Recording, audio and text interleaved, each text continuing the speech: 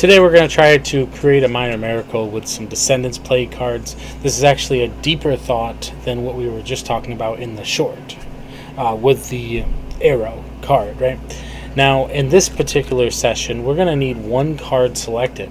No doubles, no tricks, no nothing. That's the 8 of diamonds. Don't forget that card. It's very important, right? It's going to go on top of the arrow. Now, you know there's no doubles or anything because when I take this card and I place it into the center like this, it's truly that card. That's the 8 of diamonds, right? So it's going to go into the center of the deck, like so. Okay. Very nice. Now, we're going to take the arrow and we're going to put it second, like a double, right? Now, that's not your card. That's the 7, right? Because your card was the 8 of diamonds. I'm going to take the 7, put it into the center. Take the arrow, put it second from the top. It's kind of like deja vu as that card comes back to the top.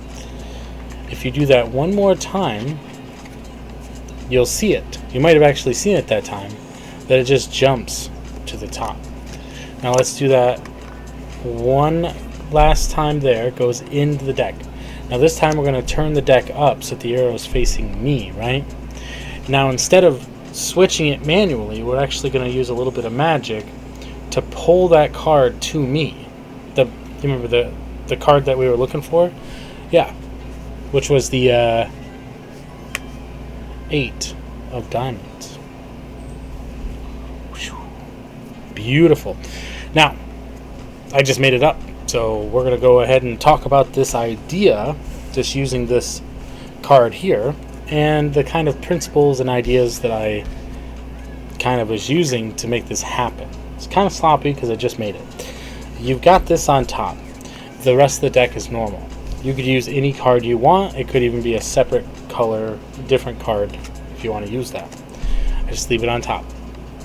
Now, typically when you do a move like this, you could actually control a double to the top, like this.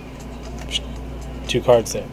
We don't want that. We want one single card, but we want to look like we may have grabbed the double, but when we put it on top, it's not. So it's meant to mislead in a couple of different ways, but we've grabbed ourselves a single card that goes to the top. Now we pull that card, we strip it back to the center. Now as we strip it, we're showing that card and we're getting ourselves a double now, but on here. So we've got ourselves a double there. Now as you come back down, here's the sneaky part, right? Because this is blocking here, and even if they saw this, there's no reason, there's nothing to see if you've got the angles right. So when you come back down and you catch that corner, exposed view, you actually get this moment where there's a depth illusion, the same thing that we're going to do later with the tilt, right? But you're doing it to the front. So when you bring it together and you square it all up, magical moment, right? Now your card is somewhere in here. I forgot which one it was. Happens all the time. So let's say we do that one more time.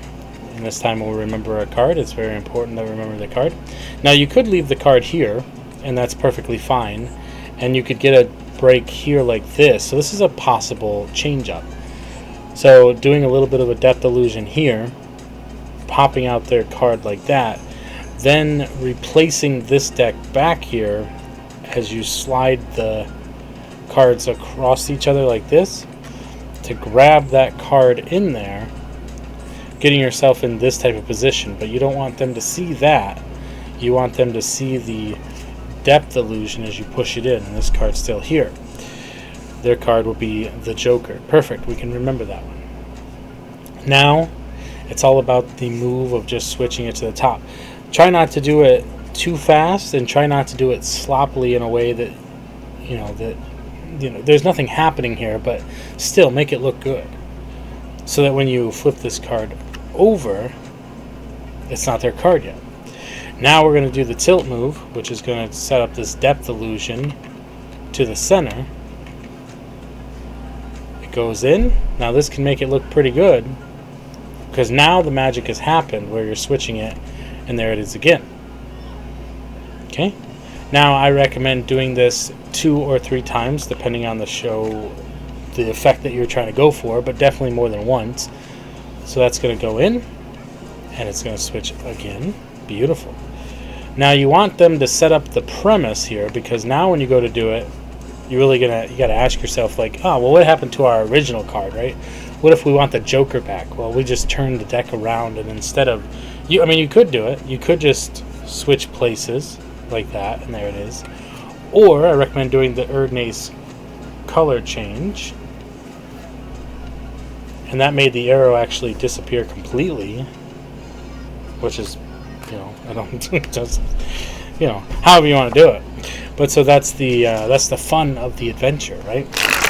So that's the move, the idea. But what's the purpose? I don't know. It's kind of the arrow move, and as of right now, it's got two phases technically. So maybe you can do something with the arrow. Maybe I was actually going to do this as part of the video earlier, but I scrapped that idea. So you could do something like this, where you introduce the arrow from a mixed deck. And let's see if I can actually pull this off, because sometimes it doesn't work for me.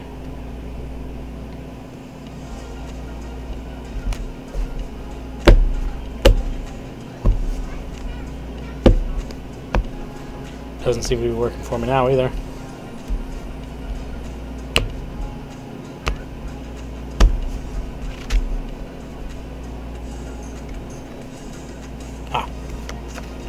Found it.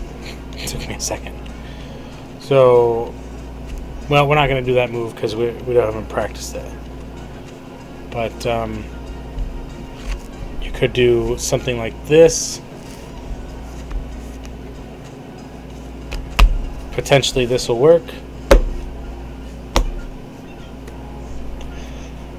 In order to get started with our magic, we're going to need to have a special card today, and that special card today is going to be the arrow card. Beautiful.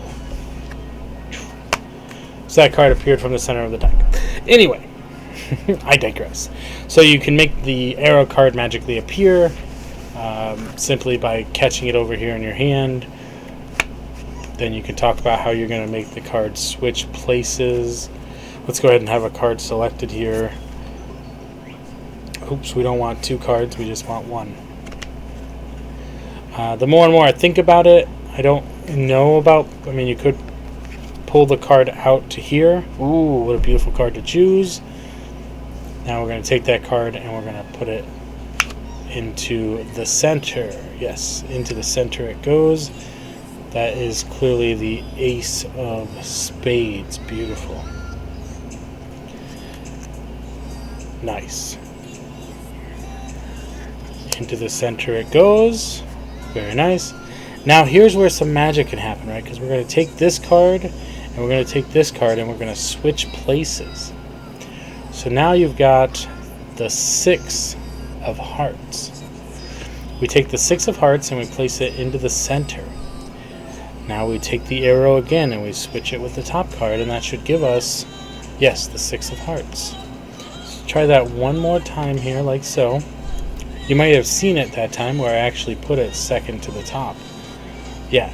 So this time we're actually going to do exposed view as we place this into the center. We actually did, because that's part of the explanation. What we have to do in order to get your card, because that was my card, your card is the Ace of Spades, right?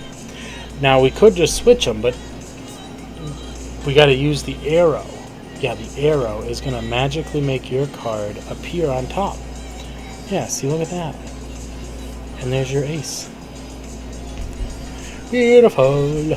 So it kind of looks magical. It looks fun and inviting. A little bit of an ambitious card routine using the ad card from the Descendants cards. It's nice.